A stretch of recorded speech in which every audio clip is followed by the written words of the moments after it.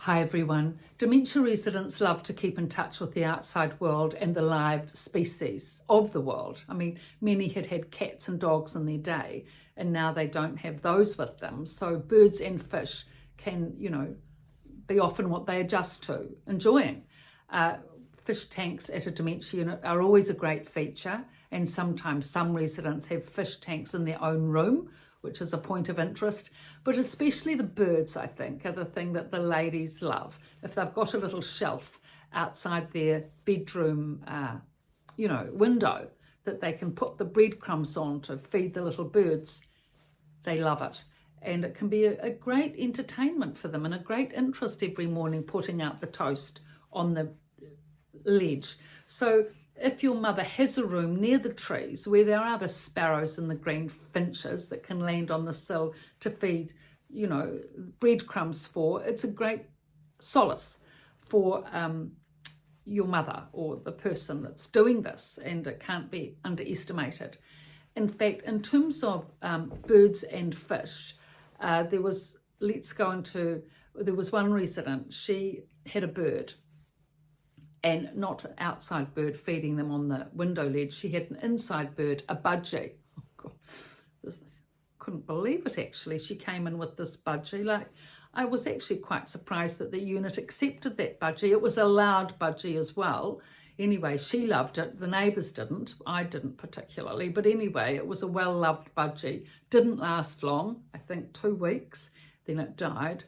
Because staff are used to looking after fish and they're good at looking after the fish, but they'd never been used to knowing how to look after a budgie, so the budgie didn't last long.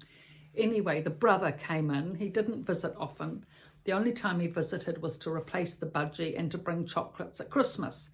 And anyway, he bought the budgie, and Carolina loved the budgie, didn't notice that it was a new budgie. This happened 3 or 4 times. It kept dying, and the son thought, look, I can't keep up with this, so he just didn't bring any more budgies in.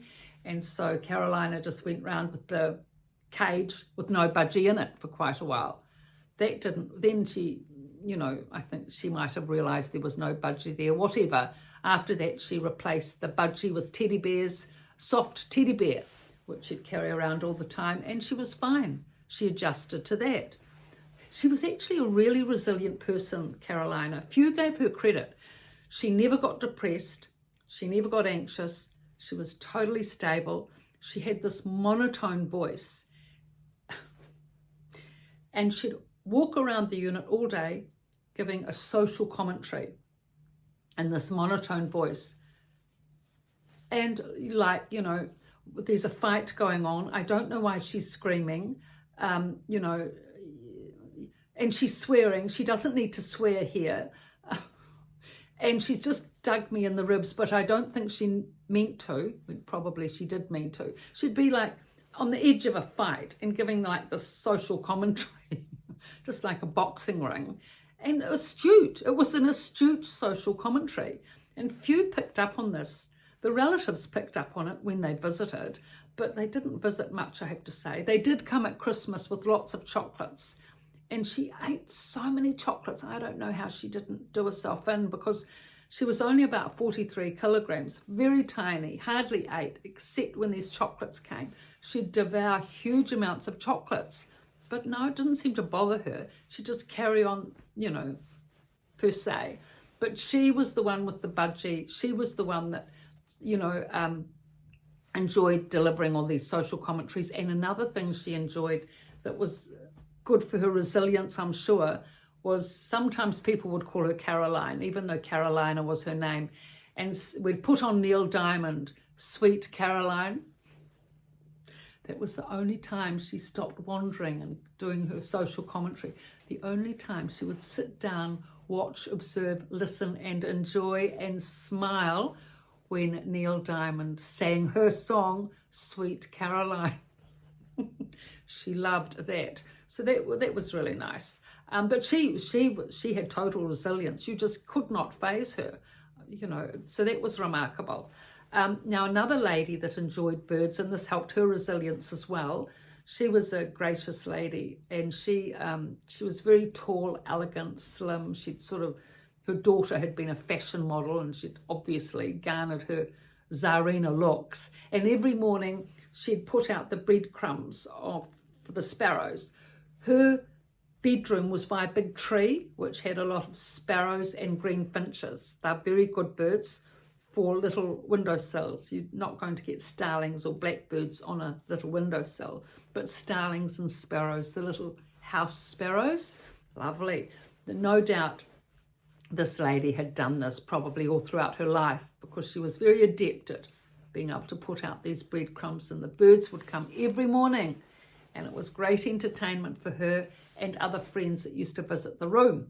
So birds are great. And also birds flying out the window, you know, people, and if there's, especially if there's a tree nearby with birds in the tree, that's better. Like if it's second floor for the dementia unit, if it's a high tree, a tall tree, then often the canopy of the tree is within eye view of the residents. So they get a whole big visual canopy of activity of birds in the branches, which most people don't have time to sit down and look at, but dementia residents do, and they really enjoy it. So outside in with birds and fish provide a great sense of solace and joy to dementia residents. So if your mother does love the birds, when you're choosing a room for her, if you can try and get a room that has a tree nearby it, so she can continue her enjoyment with the birds. And if she loves fish, bring in the fish tank.